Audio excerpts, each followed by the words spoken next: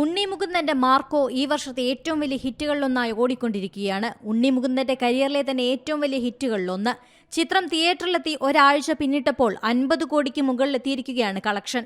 7 ദിവസത്തെ കളക്ഷൻ കണക്ക് പുറത്തു വന്നപ്പോൾ ഉത്തരേന്ത്യയിലെ തന്നെ ഏറ്റവും വരുമാനം നേടിയ മലയാള ചിത്രമായി മാർക്കോ മാറി.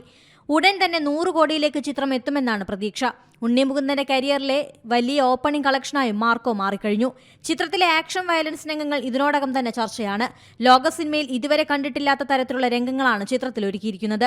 വയലൻസും ആക്ഷനും നിറഞ്ഞ ചിത്രമായതിനാൽ 18 വയസ്സിന് മുകളിലുള്ളവർക്ക് മാത്രമാണ് ചിത്രം കാണാൻ അനുമതി.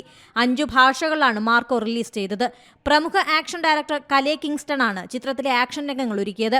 ഒരു ആക്ഷൻ ചിത്രത്തിന്റെ ഫൈറ്റ് മാസ്റ്ററായി ആക്ഷൻ കൊറിയോഗ്രാഫർ കലെ പ്രവർത്തിക്കുന്നത് ഇതാദ്യമായാണ്. ഇന്ത്യയിൽ നിന്ന് മാത്രം ചിത്രം ഇതുവരെ നേടിയത് 27.55 കോടിയാണ്. ഓപ്പണിംഗ് ഡേയിൽ 4.3 കോടിയാണ് ചിത്രം നേടിയത്. ഇന്ത്യയിലെ വിവിധയിടങ്ങളിലെ ഒരാഴ്ചയ്ക്കുള്ളിൽ തിയേറ്റർ ഓക്യുപ്പൻസി രാവിലെയുള്ള ഷോയിൽ 29.94%. ഏറ്റവും പുതിയ വാർത്തകളും വിശേഷങ്ങളും വിരൽ തുമ്പിലറിയാൻ സീ മലയാളം ന്യൂസ് എല്ലാ ഡിജിറ്റൽ പ്ലാറ്റ്ഫോമുകളിലും ലഭ്യം.